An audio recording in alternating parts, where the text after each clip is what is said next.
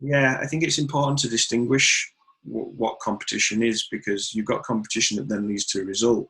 The result, I've had 10-year-olds who couldn't tell you the scoreline at the end of a game, who were even quite good players, especially if one team's scoring a lot of goals. They tend to exaggerate. If they lost, for example, it would be, we only lost by 5, when in the reality of it, they might have lost by 10. And if they win by the same scoreline, it would be, we won by 15, 16 goals rather than perhaps the 6 or 7 that they won by. So distinguishing competition from results is really important. Competition provides opportunity for children to test their abilities.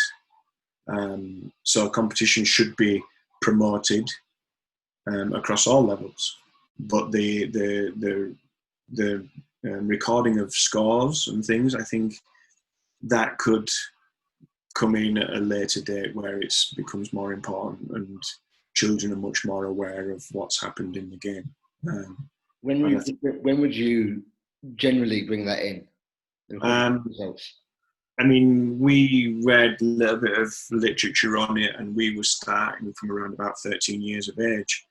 The reality before that was that parents demand to see the results, and you do get drawn into that a little bit, where they want to see a website where they can see the level and standard of the teams that are around, and because they have the option to be able to say, I can choose between 5 or 6 football schools, I need a place to be able to review which football school is the best. And in their eyes, that would be looking at results, looking at league tables, and then upon that deciding, number 1 place team is the best team, therefore I would take my child there.